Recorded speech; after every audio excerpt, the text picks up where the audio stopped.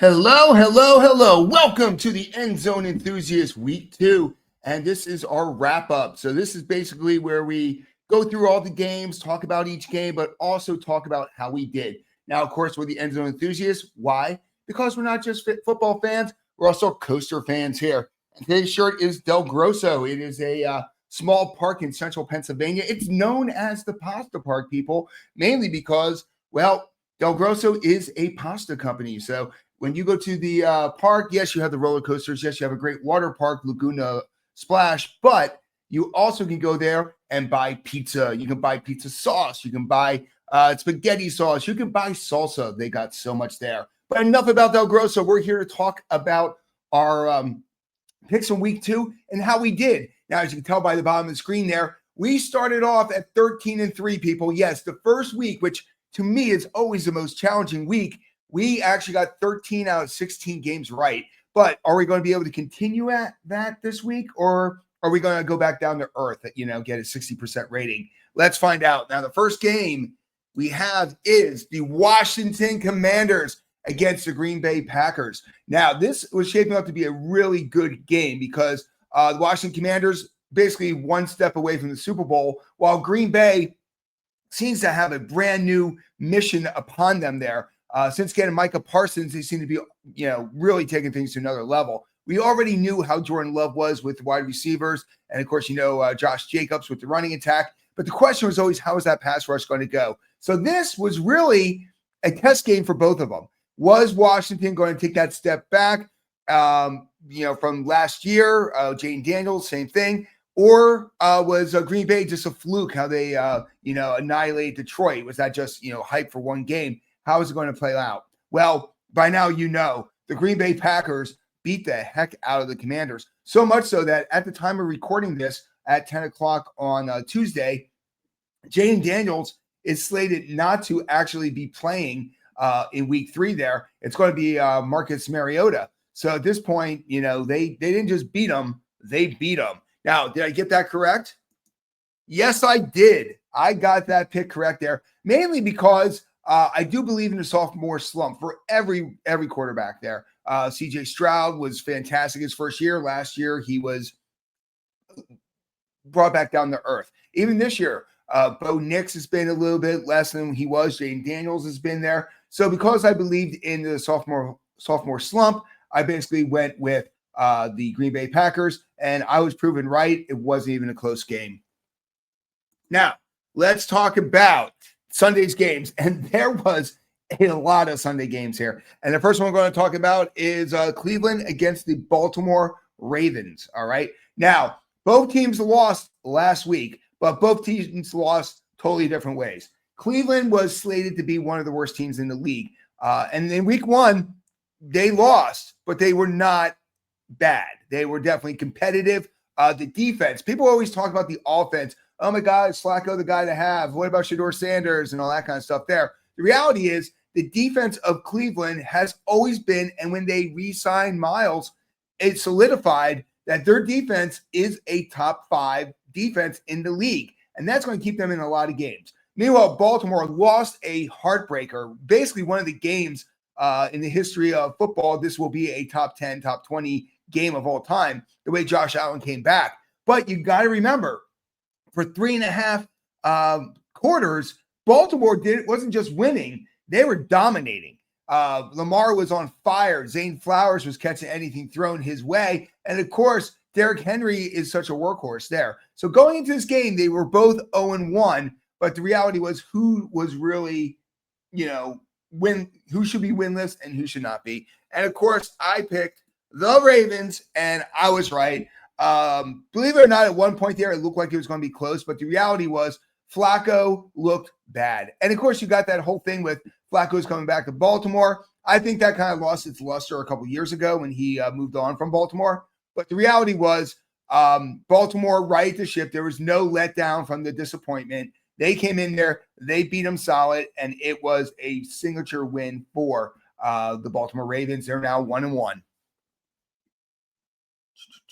The next game was the undefeated bowl. This is the Jacksonville Jaguars against the Cincinnati Bengals. Now, both of these teams usually get off to slow starts. The Cincinnati Bengals are historically a team that goes 0-2, 0-3, 0-4. They did that last year, and that's what knocked them out of the playoffs. When they finally got their ship righted with Burrow and Chase and Higgins and Chase Brown, the running back, and of course Gesicki. I always mention Gesicki. By the time they got the ship righted, they were already in the hole 0-3. This year they started off 1-0. Meanwhile, Jacksonville, they look really good. They have a new coach, they have a new attitude. How are these two teams going to go in there? Well, I picked the Bengals, and I was correct with the Bengals. However, you cannot talk about this game without talking about Joe Burrow. Joe Burrow, for the third time in a 5-year career, is out for a significant amount of time. First time was the ACL, MCL, everything in that leg just blew the hell up. The second time was he actually dislocated or tore in his wrist a tendon. Some of you hardly ever see there. This time he's got turf toe, but turf toe, like everybody's saying, it sounds like, ooh, I stubbed my toe. It's a lot worse than that. And this is so bad, it's grade 3, that he's going to be requiring surgery, and he's going to be out at least 3 months. He might be done for the year. The reality is, a lot of it's going to be determined on what happens afterwards. But we're talking about this game. And I picked the game right. Cincinnati won. Even though Browning, who is the backup, had 3 interceptions, they were still able to pull it off. I look at this more like Jacksonville gave it up than Cincinnati took it. Jacksonville at this point, it's a really weird dynamic there because Trevor Lawrence literally disrespected his coach, waved him off when the coach was saying something to him. That's not how the game rocks. That works in actually it doesn't work in college. Trevor Lawrence got that big check, but he has not earned that big check. And right now they're 1-1, and they're lucky they're in the division that they are, but they really should have taken this game. If Trevor Lawrence was a little bit more legit of a quarterback and actually he does enough not to get fired. He's that guy at the water cooler who gets the project done, doesn't excel. You know, he's a lifer. He's going to be in there forever. He's going to milk it until they get rid of him, until it's time to retire or something like that. And that's how I look at Trevor Lawrence. He's never going above his comfort level. He's doing what he does, which is good, but he's never going to be great. And he definitely does not deserve that check. But going back to that, I picked this game. I'm correct again. So far, nothing wrong. Next one is a game that we all picked at Dallas. Let's be honest, we all picked Dallas. We all look at the New York Giants and we think one of the worst teams in the league. And you know what? Legitimate-wise, you can say that. However, this game, something clicked. And with Russell Wilson, through the entire regulation time of the game, he was spot on. 450 yards in passing. He was throwing bombs out there to the neighbors, and he was hitting his reads. He was doing a fantastic job. They even had a little bit of a running attack with Scatterboo. Meanwhile, with Dallas, they look shell-shocked. They lost a tough one against Philadelphia, where they should have won. If CeeDee Lamb would have caught that ball, would have been a totally different dynamic there. They could have beat the Eagles. Here, I think they were shocked at how the Giants came out.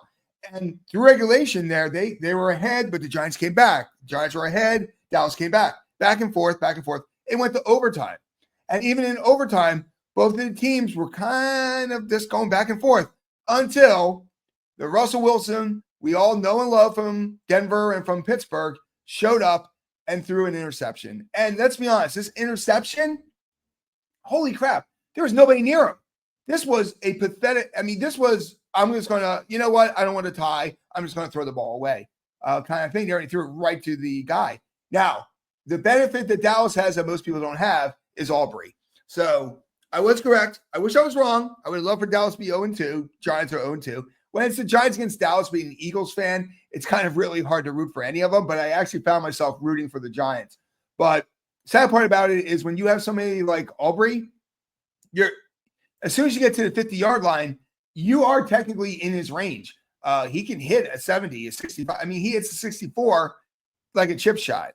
So, yes, Dallas won. Yes, I got it correct. But the reality was this was a lot closer. And I don't know if it was because Dallas is that bad. They did grab Clowney afterwards, but it's like putting a Band-Aid on a gusher after you get rid of Michael Parsons. But, at this point, Giants may not just be the easy game. All right. Next one is two teams that were 0-1. And yet again, this was another situation, kind of like the Baltimore game, where the wins were different. Chicago was leading most of that game until J.J. McCarthy came out of nowhere and said, you know what? This is how you play football, and ended up beating the Bears. Meanwhile, Detroit was annihilated, embarrassed at home. No, actually not at home, but in Green Bay. They got their butt handed to them. So going into this, you were kind of like, okay, is Chicago, as you know, they had a letdown, young team, young quarterback, that could happen. Caleb Williams, new system. Were they good, or is Detroit really that bad without the coordinators? We were going into this kind of wondering. Well, I went with the Detroit, and oh my God, they crushed Chicago over 50 points. 5 touchdowns by Jared Goff. They looked like the Detroit Lions from the regular season last year. And that was good to see.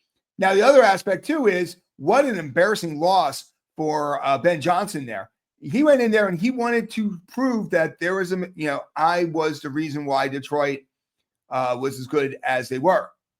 And it was the exact opposite. They got 50 put on him. He couldn't score anything. His quarterback, seriously, maybe give another week or two, but if he's not getting better, bench his ass. I don't care. Here's the thing. Yes, you spent a lot of money on a number 1 seed and the number 1 pick in the entire draft. But if the guy can't play, I tip my hat to Indianapolis realizing Anthony Richardson, who was a first-round pick, cannot do this. And I would rather go with a guy who showed some flashes of being good, Daniel Jones, getting teams to the playoffs. I'd rather go with somebody who's consistent than somebody who's a wild card. And that's the same thing with Caleb Williams. Yes, you spent your draft capital here, and everybody was laughing at Carolina saying, ha, ha, ha, they gave up so much for Bryce Young, and then they get Caleb Williams. Oh, my God, the Bears won this. Did they? Did they really win it? Because right now, I'm not seeing it on the field. So is Ben Johnson married to Caleb Williams? Because he didn't pick him, but he knew about him coming in. Or is he willing just to win games and maybe just cut their losses? Time will tell. But the reality is, I'm undefeated right now going into, on this Sunday. I'm looking pretty good with my picks. Next pick is the AFC East. Miami against New England. Both of them lost. Yet again, 2 different kind of losses. New England last year was a rebuild with Mayo.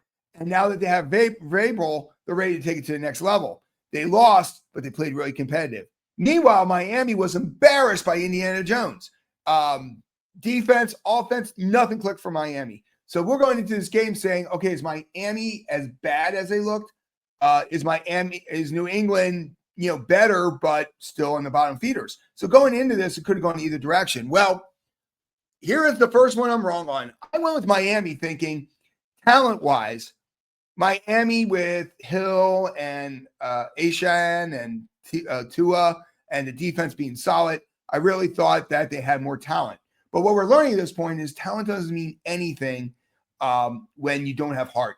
And Miami right now is a defeated team. Even Mike McDaniel, who is always bubbly, always doing something, always exciting, he looks downtrodden. He looks shell-shocked. And I'd be willing to bet, because they're playing on Thursday against Buffalo, that he gets blown out by Buffalo, which is a possibility, that there might be a coaching change that early in the season. He just looks defeated. And by the way, no offense to the Eagles guy, but I will take Mike McDaniel as an offensive coordinator. Meanwhile, New England, every aspect of the game, they were doing well. Now, don't get me wrong. This was not a blowout of Miami. This was back and forth, back and forth. New England had the upper hand when it was all said and done.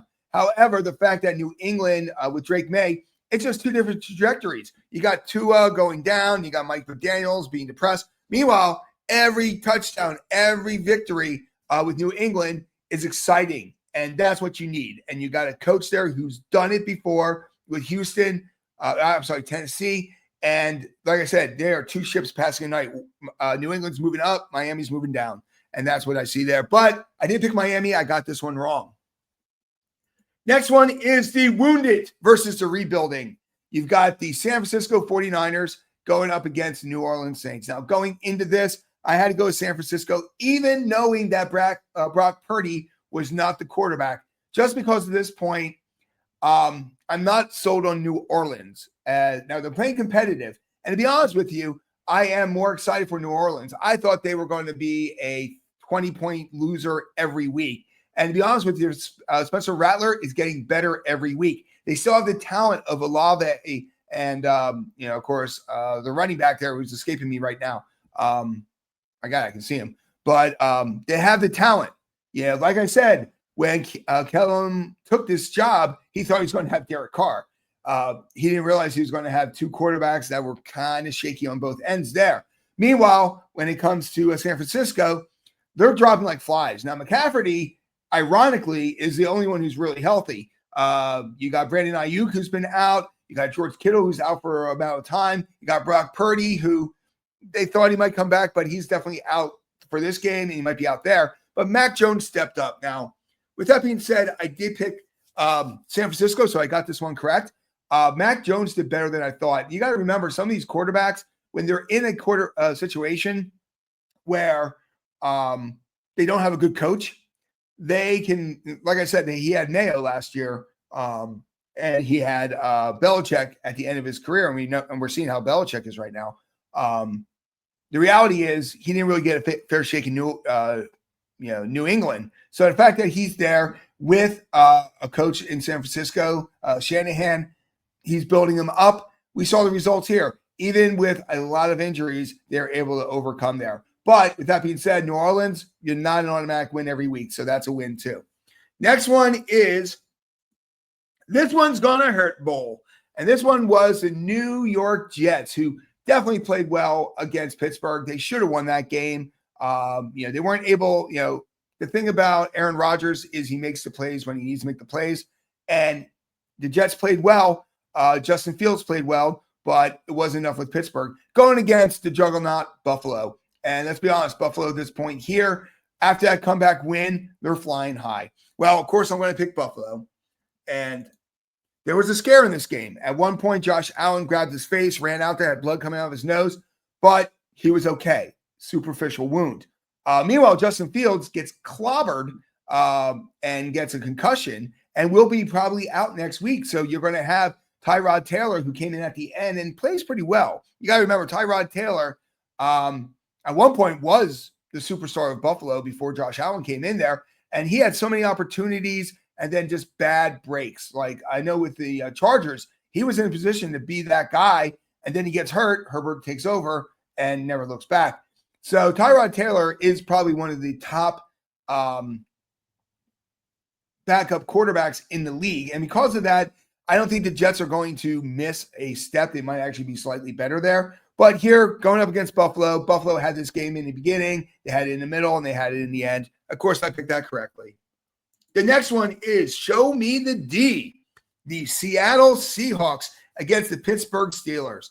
And Pittsburgh won a tough one. Seattle lost a tough one. So going into this, I looked at them both pretty even. And to be honest with you, if you look at last week's video, it was a 50-50. And I got that one wrong. Seattle with Sam Darnold, they looked really good. I wish they had another wide receiver besides their main guy, because Smith-Njigba, because I really would like them to be able to, him have more options. But the reality is the running attack was great. Kenneth Walker the third ran all over the defense. The Pittsburgh defense, I would start being a little bit nervous about. The offense is going to be what it's going to be, but the defense they thought was going to be a top 5 defense. I actually have them in my fantasy league, and the reality is they are not a top 5 defense right now. They're not getting after Sam Darnold. They are having a hard time. Seattle's not known for their offensive line, and yet it was literally not great. So I got this one wrong. I thought Pittsburgh was better than I thought, but as somebody who's not a huge Pittsburgh fan, I'm okay with that loss. So I've missed 2 so far now. Next one is the butt-kicking bowl here, and this one is the LA Rams versus the Tennessee Titans. Now, the Titans are bad, but it's not because of Cam. They only have Ridley as a wide receiver there. The running attack is pretty decent, actually. It's funny how Pollard doesn't get as much love as he should. He is definitely a top 10 running back. The problem you're running into here is it might be a coaching issue. Last year, I kind of gave their head coach a pass, Callahan, because I was like, okay, you know what? You're dealing with Will Levis. You're dealing with all these, unknowns.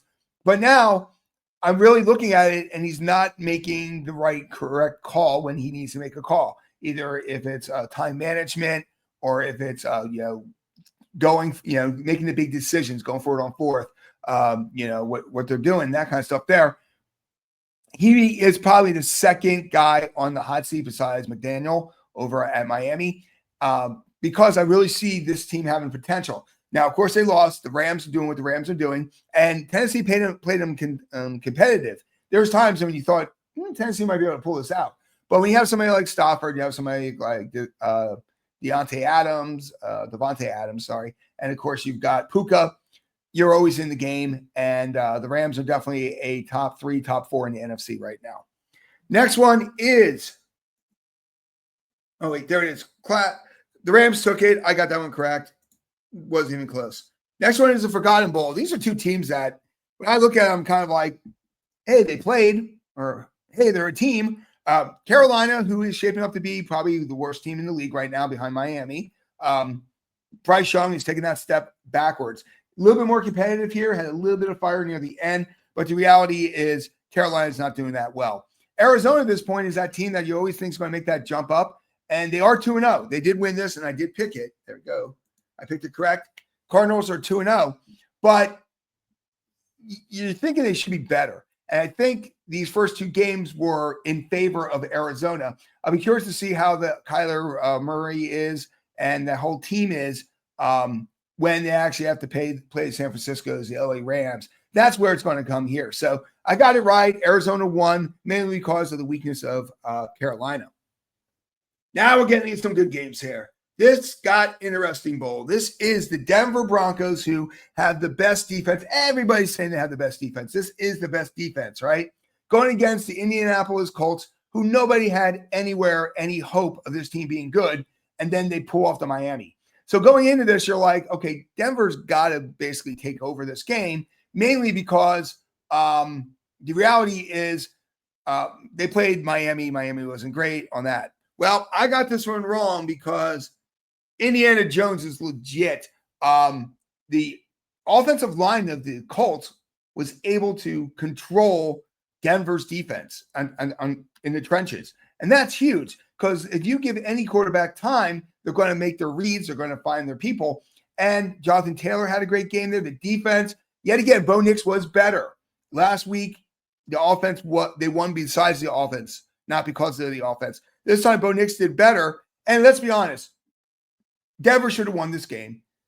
They were able to stop them. 60-yard field goal goes wide. Leverage penalty, okay, I guess by rule, but that hardly ever gets called. Moves up 15 yards, and he's able to hit it. So at this point, really, it was a tie. But the reality was Danny Dimes put him in position to win. And I got this one wrong. I was going with Denver, not because I didn't believe in Indiana Jones and the Colts. It was because I just thought Denver was a better team. They were able to handle the defense. And, yeah, it's a loss, but it was kind of a let's keep the narrative going there, because it was a weak call penalty. Next one was the Super Bowl matchup. Kansas City Chiefs, who lost, got crushed by the Chargers, got beat pretty good, going up against the Philadelphia Eagles. Now, the reality is I'm an Eagles fan, so I'm picking the Eagles, and I know I got this one right. All right. But the reality is Eagles are not looking great. They are doing enough not to lose. Now, don't get me wrong. That interception was great. They were able to turn that into a touchdown, which basically, gave them the game. But offensively, the wide receivers are not part of the game. Running attack wise, Saquon's getting yards, but he's getting 3 at a pop, not 5, 6, 10, 12. So I don't know what's going on with the line. Is Dickerson not as healthy as he was before? But the other aspect too is you're not even taking shots. Devontae Smith, had the big play, but A.J. Brown got more looks, but they're not going far out there. I'm looking at Jalen Hurts more like a running back than an actual quarterback at this point. And the tush push, I'm for it. Yet again, if you want it, it's coming. You can't stop it. But it does make for a boring game. So if they do get rid of the tush push, I'm not for that but it does make for a boring game. This was a game where somebody said it, and I agree. When they're looking to ban the tush push, this will be the game that they go back to because they used it 5-6 times. Now in Kansas City, you got some problems. Now the good news is that you got the Giants next week, so unless you really fall apart there, you should have that game. But the reality is, wide receivers are not getting open. Kelsey is a little bit slow. He made a great catch. Don't get me wrong, he made a great catch. But because it hit him in the hands, he should have had that touchdown or at least be on the 1 yard line. Because it bounced off his hands, we were able to intercept it, run it back the other way. It's all about Mahomes at this point. No running attack. You got two decent running backs, but I don't know if the line's not blocking. They're not going anywhere. So Kansas City, you got some problems. So we'll see how you guys do next week. Eagles got the Rams because we do not have an easy schedule. And you've got Kansas City with the Giants, which will definitely help them out. Next one is a unique matchup. It's a matchup you don't see all the time. It is the Atlanta Falcons against the Minnesota Vikings. I was surprised this was Sunday Night Football, but the reality was I got this one wrong because I believed in J.J. McCarthy. I thought that, okay, you know what? He figured it out. And I didn't believe that Atlanta was as good as they were. And I was mistaken. Atlanta is a legit team. That makes the Tampa Bay victory so much more because of the fact that they were that good and the way they dismantled Minnesota. And now JJ's hurt. He's going to be out at least a game. So your quarterback next week is Carson Wentz. The guy just keeps on finding 6 different teams in 6 years. But he keeps on getting into games. He keeps on playing. So, I guess he's making good money. But I don't feel good about Minnesota at this point. Meanwhile, Atlanta, yet again, it's going to be a dogfight between them and Tampa Bay all year round. But I did get that one wrong. Next one's the Monday night games. Tampa Bay against Houston. Now, of course, I'm a Bucks fan, so I'm going to lean towards the Bucks, just like I'm a Bills fan and an Eagles fan. So I did go with that, and I did get it correct. Houston, you do have a problem because it looks like the only option you have is Nico Collins. And because you only have Nico Collins, it's easy to defend you there. You guys took the lead. You guys were ahead. It was looking really good. However, you left time on the clock for Baker. And say what you want to say. He looked horrible in a couple plays. He got sacked a lot. He got his ass beat a couple times. But Baker is going to find a way to win if you give him the opportunity. And that's what Baker did. Baker literally found Mike Evans. He found the open receivers. Abunze did not have a great game. Unlike the first time we got 2 touchdowns. Here he dropped a couple that he should have had. But when it's all said and done, Tampa Bay, man, you take it. You're 2-0 again. And then the late show, the Chargers versus Vegas. Now, going into this, I was going with the Chargers, and of course, I got that one right. But I was kind of curious to see how this was going to go. It's always been hard for me to believe in the Chargers because they literally say, oh, you're going to Charger that up. They are good at snatching defeat from the jaws of victory. Meanwhile, Vegas, like I said, you got Pete Carroll, who's got a lot of experience, got Geno Smith. They got the new running back. It was a good, solid win by the Chargers. And because of that, the Chargers are literally alone in first place right now, and much deserved so. So how did I end up this week? I ended up at 12-4. So a little bit worse than I did there. A couple of the 50-50s did not go my way. The Pittsburgh game did not. I thought Minnesota was better. The Pittsburgh one I got wrong.